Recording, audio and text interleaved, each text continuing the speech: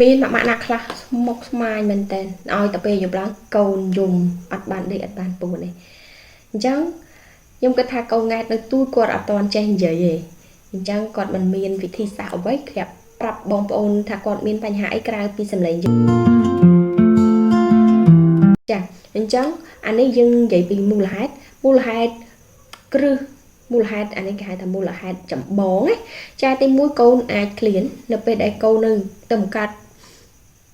នៅពេលដែលកូនទៅបង្កើតទូចនឹងបងប្អូនដឹងមកចេះកាពះរបស់គាត់នៅទូចមែនតើអញ្ចឹងនៅពេលដែលកាពះគាត់នៅទូចធ្វើឲ្យការដែលគាត់ត្រូវតម្រូវការនៃការបើហ្នឹងគឺញឹកមែនតើអញ្ចឹងតែ2 3ម៉ោងបើហើយ2 ម៉ោង3ម៉ោងក្រោយហ្នឹងគឺថាឃ្លានយំទៀតហើយចាទី2អាចមកពីគាត់នោមឬមួយក៏គាត់ជុះអញ្ចឹងទៅវាធ្វើឲ្យសើមដល់កតបឬមួយក៏ខោទឹកនោមអញ្ចឹងក៏ធ្វើឲ្យគាត់យំដែរទី3អាចមកពីសីតានភាពនៅក្នុងបន្ទប់គេហ្នឹងវាអត់សមស្របជាមួយកូនជួនកាលអាចក្តៅពេកអាចត្រជាក់ពេកឬមួយក៏អាចស្អុះស្អាប់ហប់ពេកនៅពេលដែលម៉ាក់រុំកូនឬមួយក៏អត់ពាក់សម្លៀកបំពាក់ឲ្យគាត់ចិត្តក៏ធ្វើឲ្យគាត់យំដែរទី2មូលហេតុអាចមកពីគាត់មានបញ្ហាគាត់អាចមានបញ្ហារាងកាយឬមួយក៏អាចមានបញ្ហាសុខភាពអីផ្សេងទៀត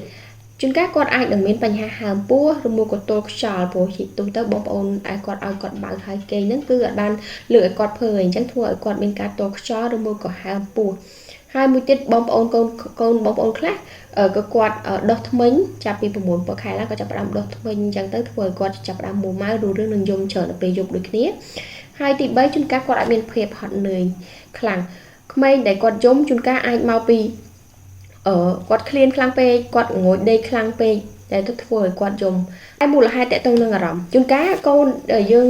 យកកូនទៅដាក់ដេកឆ្ងាយពីខ្លួនយើងអីចឹងទៅគាត់ចង់ឲ្យយើងនឹងបីគាត់អោបគាត់អីអញ្ចឹងទៅចាហើយមួយទៀតកូនដែលធំដូច6 7 ខែឡើងអញ្ចឹងនៅពេលដែលគាត់ខកពីគេងមកអត់ឃើញប៉ាម៉ាក់ដែលនៅចិត្តក៏ធ្វើឲ្យកូនង៉ែតយំដែរនេះជាមូលហេតុផ្សេងដែលខ្ញុំរៀបរាប់ដំណោះស្រាយអត់មានអីពិបាកទេបើសិនជាយើងរកឃើញមូលហេតុហើយកុំបន្តឲ្យកូនយំរហូតដល់កូនខូចចាអញ្ចឹងនៅពេលដែលឮសលេងកូនយំបងប្អូនទៅមើលថាកូនយើងឃ្លានបើនៅដាក់បំបើគាត់ទៅមើលខោទឹកនោមរបស់គាត់មើលថាគាត់បាននោមឬមួយក៏គាត់មានជុះអត់ហើយបើសិនជាគាត់សីតុណ្ហភាពបន្ទប់ឬមួយក៏កន្លែងដែលគាត់គេងនឹងវាអត់សមស្របបងប្អូនសេរីសីតុណ្ហភាពកុំឲ្យត្រជាក់ពេកឬមួយក៏រុំកូនង៉ែតឲ្យកក់ក្ដៅអញ្ចឹងទៅហើយបងប្អូនព្យាយាមម៉ាស្សាគាត់ណាបងប្អូនព្យាយាមម៉ាស្សាគាត់នឹងអាយខ្នងថ្នមពេលដែលគាត់បើហើយឬមួយក៏អាយពោះថ្នមទៅជួនកាលគាត់មកពីគាត់ជិះពោះអីអញ្ចឹងទៅក៏ធ្វើឲ្យគាត់យំដែរប៉ុន្តែបើសិនជាបងប្អូនជួបបញ្ហាគាត់យំលើសពី2 ទៅ 3 ម៉ោងហើយមានបញ្ហា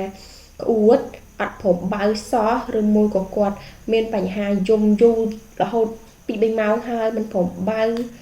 ឬមួយក៏ក្តៅខ្លួនឬមួយក៏ក្អួតសូមប្រញាប់យកកូនទៅជួបគ្រូពេទ្យមានន័យថាកូនរបស់បងប្អូនមិនមែនមានបញ្ហាធម្មតាទេអញ្ចឹងក្នុងវីដេអូនេះខ្ញុំសង្ឃឹមថាប៉ាម៉ាក់នឹងបានសម្រាប់គេងបានខ្លះនៅពេលដែលយើងដឹងមូលហេតុទាំងអស់នេះហើយអញ្ចឹងដើម្បីទទួលបានព័ត៌មានថ្មីៗទាក់ទងនឹងការថែទាំទីពោះថែទាំទារកអីជួយ